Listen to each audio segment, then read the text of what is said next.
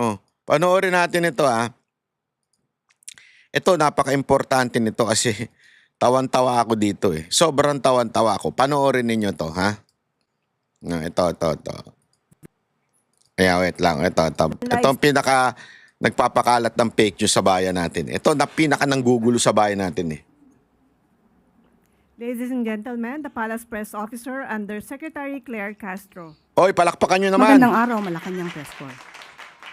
Ito po ang ating pahayag patungkol sa pangyayari sa Senado kagabi. Mga bandang alas 4 ng hapon kahapon, May 13, nagsagawa ng live stream si Senator Bato de la Rosa sa kanyang official Facebook account na umano'y aarestuhin siya. Sinundan ito ng mensahe ni Office of the Sergeant at Arms, Retired Police Major General Mau Aplaska sa media na may aarestuhin sa Senado. Ilang minuto pagkatapos nito, ang mga tauhan ng OSAA ay may nakita umanong NBI agents sa property ng GSIS. Ang Senate ay Umano pa yung ginagamit niya dito, umano pa ha. umuokupa sa ilang bahagi ng GSIS property. Isang bridge ang nag-uugnay sa opisina ng GSIS at opisina ng Senado. Ang susi upang mabuksan ang pintuan mula sa Senate papunta sa bridge na konektado sa GSIS ay hawak ng OSAA o Senado. Si GM Wick Veloso ng GSIS ay humingi ng assistance sa NBI para masecure ang kanilang premises.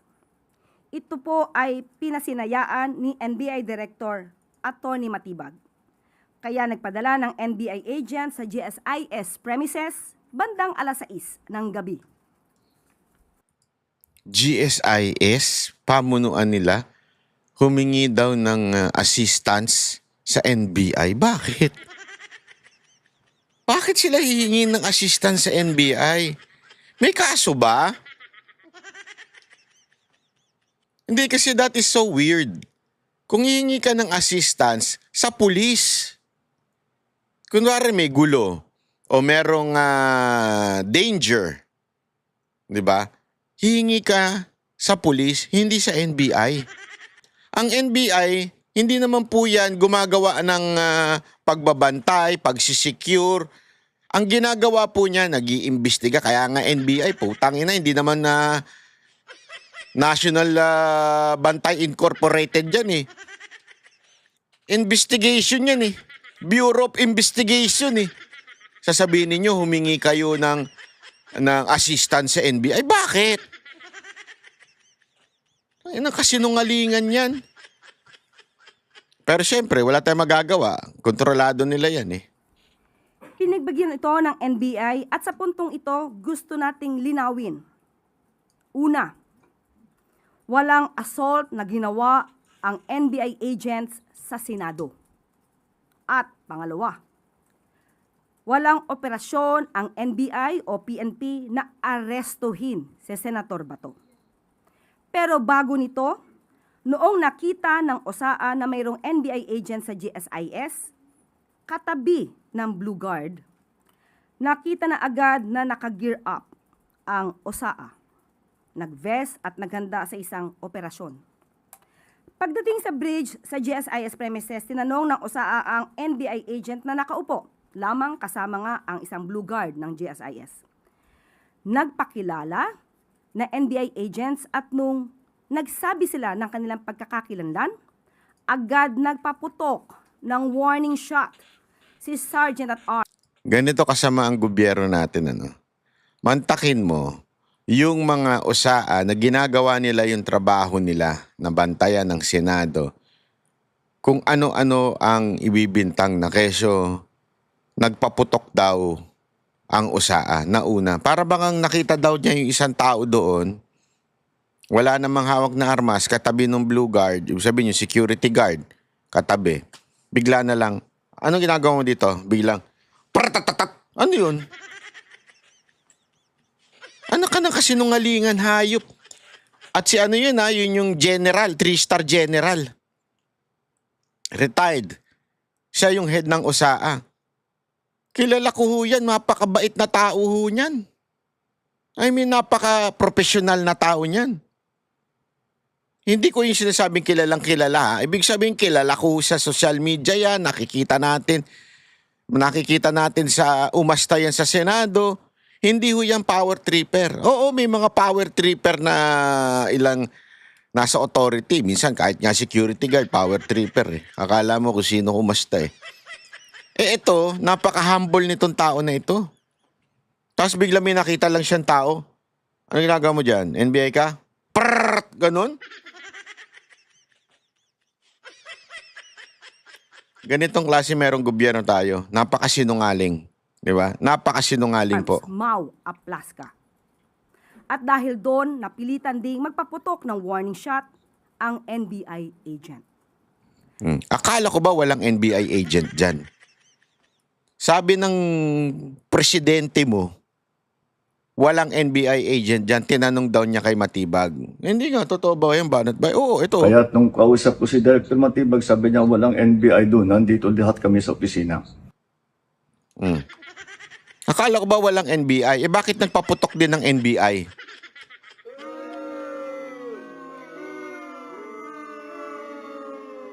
As of 11:09 a.m., several sources confirmed that the Senator Bato, is no longer in the Senate premises. Biglang lipat doon sa Senator Bato, wala na sa premises. Putang ina, anong kinaugnayan nun sa atake?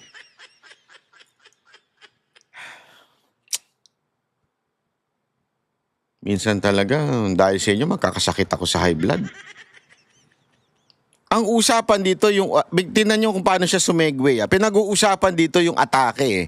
Tapos biglang, Senator Bato is no longer in the Senate. Umuukupa sa ilang bahagi ng GSIS property. Isang bridge ang nag-uugnay sa opisina ng GSIS at opisina ng Senado. Ang susi upang mabuksan ang pintuan mula sa Senate papunta sa bridge na konektado sa GSIS ay hawak ng OSAA o Senado. Si GM Wick Veloso ng GSIS ay humingi ng assistance sa NBI para masecure ang kanilang premises. Ito po ay pinasinayaan ni NBI Director Atty. Matibag. Ayan ha. Pero anong sabi ni Matibag? Anong sabi ni Matibag? Na mismong ang presidente pa nag-announce. Kaya nung kausap ko si Director Matibag, sabi niya walang NBI doon, nandito lahat kami sa opisina. Pero pinasinayaan niya yung pag-occupy ng NBI sa GSIS. Alam mo, Marcos, sibakin mo na itong si director nyo. Sa totoo lang, pinahama ka dito, imantakin mo ito, sinabi mo the day before ito sinabi mo. Kaya nung kausap ko si Director Matibag, sabi niya walang NBI doon, nandito lahat kami sa opisina. Wala daw NBI doon. Tapos ngayon sinasabi ninyo, nandun ang NBI sa GSIS. Putang ina, sinong... Tapos, ngayon mag-a-announce pa itong hayop na isang ahensya ng gobyerno huhulihin daw ang fake news. Ayan, ang linaw-linaw, fake news yan, no? Kaya nagpadala ng NBI agent sa GSIS premises bandang alas 6 ng gabi. Alas 6 ng gabi. Pero pinauwi daw ito nung hapon eh. Ano sabi? Hindi, ano daw sabi? Kaya nung kausap ko si Director Matibag, sabi niya walang NBI doon, nandito lahat kami sa opisina. Wala daw NBI doon. Nasa opisina.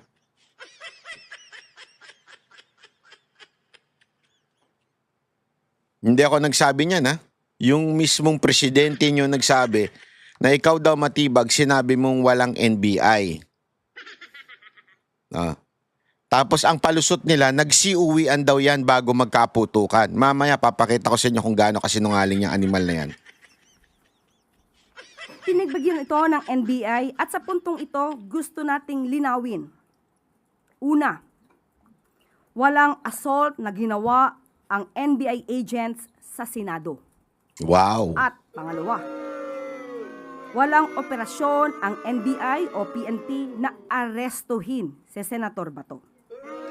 Pero bago nito, noong nakita ng OSAA na mayroong NBI agent sa GSIS, katabi ng Blue Guard, nakita na agad na naka-gear up ang OSAA. Nag-vest at naghanda sa isang operasyon. Pagdating sa bridge sa GSIS premises, tinanong ng OSAA ang NBI agent na nakaupo, lamang kasama nga ang isang Eto malinaw. Sino daw yung nakaupo? Sino daw yung nakaupo? Volunteer po ba? CA po ba? Confidential agent? O NBI agent? Kayo sumagot ha? Base sa sinabi ni Castro. operasyon ang NBI o PNP na arestuhin si Senator Bato. Oh. Pero bago nito, noong nakita ng OSAA na mayroong NBI agent sa GSIS, Ano daw yung nakita? Volunteer? CA? Confidential agent? O NBI agent? katabi Balubaluktot na yung kwento nila, no? Diyan malalaman mo sinungaling eh. Parang yung mga asawa nyo, pag balubaluktot na kwento ng asawa nyo, alam nyo na nagsisinungaling yan. Parang ito, balubaluktot na yung kwento nila eh. Una, hindi daw NBI agent yun. Volunteer lang daw. Hayop. Saka nakakita na andoon, nagbabantay kay Bato, volunteer lang. Direktor, pwede po ba ako mag-volunteer? Magbantay? Ganun lang yun. Ganun ang sasabihin ng isang tao, volunteer ako, magbabantay ako dyan kay Bato, ha? Pero dito, ladies and gentlemen, booking na booking. Sinabi mismo ni Castro, NBI agent. Wala po siya sinabing volunteer, wala po siya sinabing confidential agent, sinabi niya dito, NBI agent. Ulitin natin. Para malinaw, baka sabihin nyo, ako nagpe-fake news eh. Oh, nakabantay pa man din yung mga animal dyan. Hindi ako nagsabi ha, ayan na si Castro. operasyon ang NBI o PNP na arestuhin si Senator Bato. Pero bago nito, noong nakita ng OSAA na mayroong NBI agent sa GSIS, katabi ng Blue Guard, nakita na agad na naka-gear up ang OSAA. Nag-vest at naghanda sa isang operasyon. Pagdating sa bridge sa GSIS premises, tinanong ng OSAA ang NBI agent na nakaupo, lamang kasama nga ang isang Blue Guard ng GSIS. Nagpakilala na NBI agents at nung nagsabi sila ng kanilang pagkakakilanlan, agad nagpaputok ng warning shot si Sergeant at Arms Mau Aplaska. Wow. At dahil doon, Ganong kasama. Yung 3-star general at pinuno ng OSAA. Nung tinanong daw niya, sino kayo? NBI agent. Ulitin ko hindi ako nagsabi NBI agent. Itong alin na to, sabi niya NBI agent. Nung nalaman daw nung OSAA, yung leader nila yun yung OSAA, biglang, NBI ka? Pratatatat, ganon.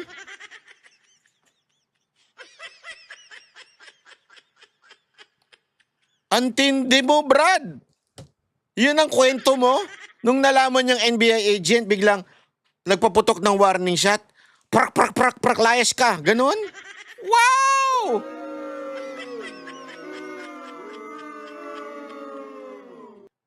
Sa bagay, kung yung amo mo nga, yung presidente mo, napakasinungaling, bakit? Sabi niya mismo, walang NBI agent. Kaya nung kausap ko si Director Matibag, sabi niya walang NBI doon. Nandito lahat kami sa opisina. Pare-pareho kayo sinungaling. Ikaw, si Marcos at yung NBI director, puro sinungaling. Di ba? Sino na ba paniniwalaan namin? Magkakaiba kayo ng kwento napilitan ding magpaputok ng warning shot ang NBI agent. Nako po. As of 11:09 a.m., several sources confirmed that the Senator Bato, is no longer in the Senate premises. But we are still... Biglang lipat sa istorya, no? Ngayon, ang focus na ng media, eto kayo mga putang inang medyang mga bayot kayo, at mga mali-mali, di pala bayot. Bayaran, hindi pala bayot. Sorry naman mga bayot. Mga bayarang media, sorry iwasan ko na ulit magmura. Nakakainis talaga Bakit? Ngayon, ang focus nila, nasaan si Bato? Ang focus nila, tumakas si Bato.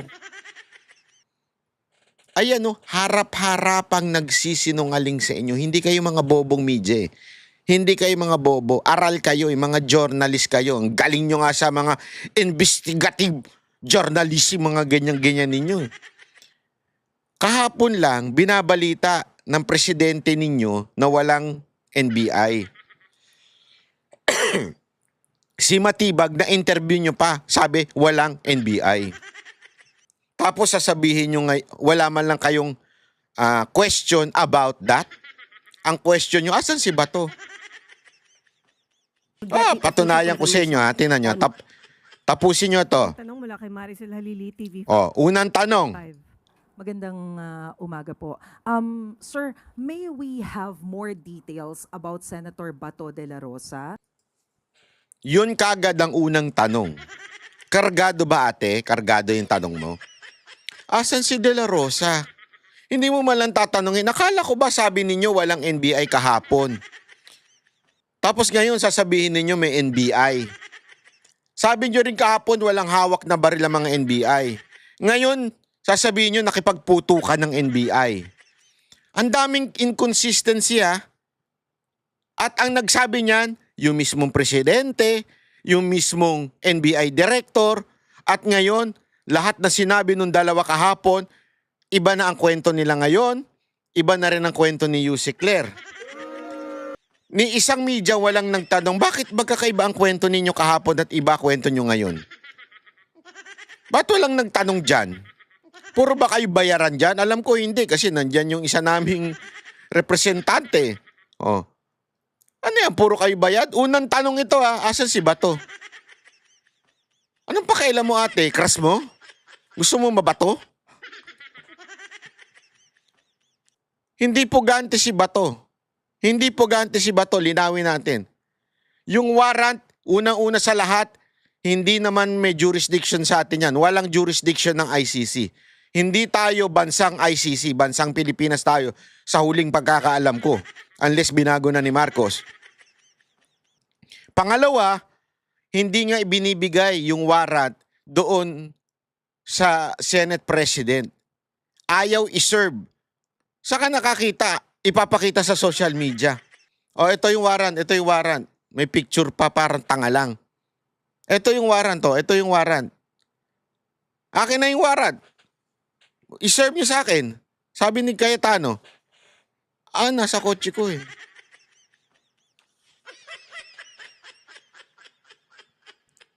Ano, Matibag?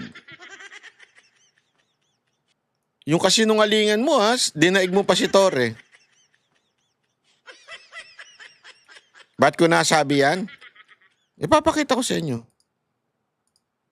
Ito yung interview ni Matibag kahapon. We are here in Sequoia Hotel.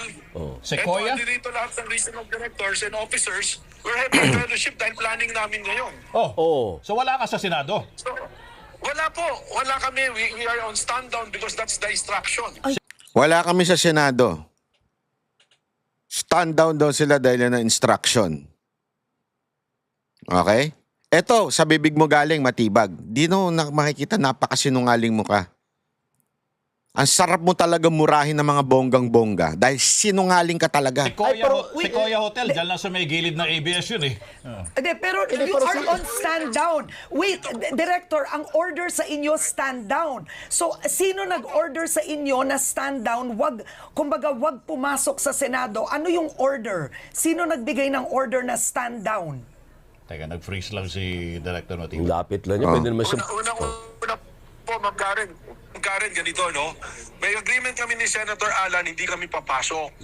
So, stand off muna yun. At the same time, hanggat wala pong order from sa coordination po with all the agencies involved, hindi po kami mag-i-effect ng arrest. Kaya wala po kami ngayon doon. Ito po ngayon, nakita nyo, ito yung stage. Ayan, may mga gitara pa. Ayan po yung mga officers na Teka. regional directors. Director, sorry si Tony So, wala daw order. Tama yung tanong ni Karen eh. So, ibig bang sabihin you are waiting for an order? Who will order you? Anong sagot niya? Usapan namin ni Cayetano. Hindi yun ang tanong. Ang tanong, kung o-order, sino yung mag-o-order sa inyo? Dito nadulas siya eh. Leonardo Lascia. Askis po ito. Sino po yung mga kasama ni Zian Ambrosio kanina? NBI yun, oo. Kanina, O tao nyo yun, di ba? kasama niya, kanina pa po yun, maaga yun, dahil may request lang po si GM Vic Veloso to GM. check the security of the perimeter. Kanina pa Yan yung kwento nila. May request daw yung GM ng GSIS na papuntahin yung NBI doon. Una yan, katarantaduhan yan. Ba't sa inyo magre-request, hindi sa pulis? Alam mo, sa totoo lang, booking na booking to eh. Isipin nyo sa kanila nag-request, hindi sa pulis. Pangalawa, wala daw, tinan mo, wala daw baril. Si GM. Sorry, maaga daw pala. Maaga, umaga pa daw yun. Kasi nagre-report, ito may mga reporter sila nakasama yung NBI. Okay? Umaga pa daw yun. Ano pa po yun? Attorney, yung sigawan daw ninyo with Senate President Cayetano at ni Senator Cayetano, Ikwento nyo. Umaga pa daw. Okay? Kami ang boses ng masa, hindi natatakot. Katotohanan lang, di kami nalulunod. Walang bahid ng sismis, lahat ay totoo. Kahit sino ka pa, pag mali ka babanatan ka. Walang pinipili kulay, wala kaming kinikilingan. Basta para sa bayan, kami lalaban. Pag tama palakpakan, pag mali banatan, di matitinag, di matatakot. Para sa bayan, tuloy ang sigaw. Sa harap ng kamera, walang halong takot. Mga baluktot, lahat kayo'y tutumba. Ang hustisya at totoo, yun lang ang mahalaga. Kahit sinong harang, di kami matitinag. Walang pinipiling kulay, wala kaming kinikilingan. Basta para sa bayan, kami lalaban. Pag tama palakpakan, pag mali banatan, di matitinag, di matatakot. Para sa bayan, tuloy ang sigaw. Kung nasa tama ka, ikaw ay aming kasama. Pero pag mali ka, handa ka na bang mabasag? Banateros kami, walang inuunan. Dahil bayan muna, bago ang sarili.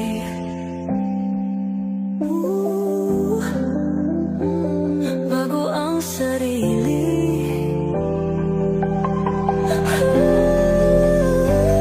Pag tama palakpakan, pag mali banatan, banateros ang sigaw. Katotohanan ang